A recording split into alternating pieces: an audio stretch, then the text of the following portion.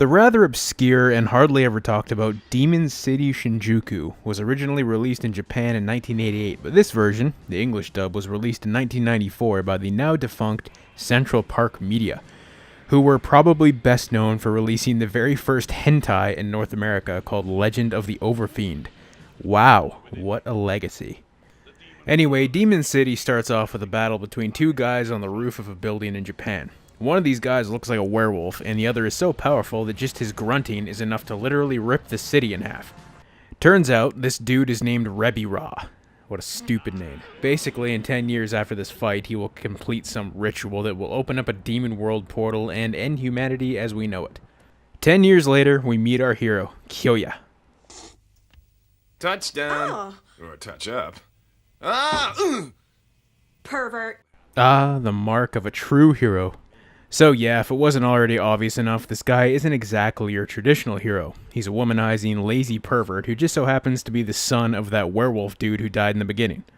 Meanwhile, a young girl named Sayaka shows up, who is the president's daughter, but the president gets trapped by roses that turn into tentacles, but somehow doesn't die and ends up trapped at the top of a skyscraper.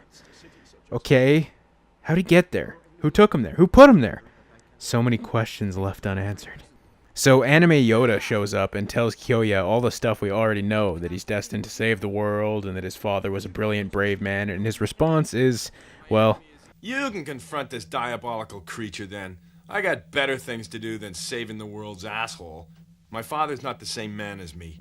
Since Yoda couldn't convince him, Sayaka, who just decides to wait outside in the middle of the night under a darkly lit streetlight, tries to convince him further. So she decides to run off on her merry way, alone, again. This chick is just asking for trouble. Sure enough, she goes wandering through a literal apocalyptic wasteland completely alone and acts surprised when a shady group of dudes try to rape her in an alley. But don't worry, turns out our hero isn't a total fuck and decided to follow her, and then this shit goes straight 80s. Seriously, that music is just the best.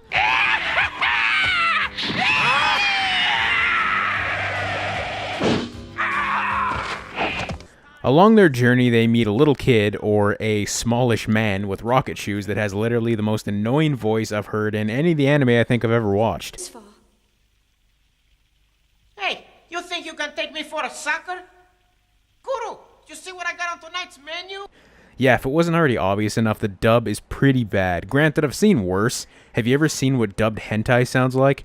That's worse. So in comparison, this isn't that bad. They also meet up with some guy that looks like a cross between Carmen Sandiego and Alucard from Hellsing.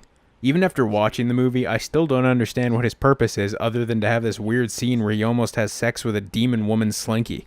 Oh, and he kills her by slamming a bottle of alcohol down her throat and fucking blows her up. And this scene is never once mentioned again. Okay, cool. When Kyoya finally meets up with Rebirah, not a whole lot happens. Kyoya runs around for a bit, then Rebirah starts screwing with his mind and makes him hallucinate. Then he breaks out of the hallucination, finds the sword of his father and gets his powers, because of course that was going to happen. Has the raddest fucking entrance ever.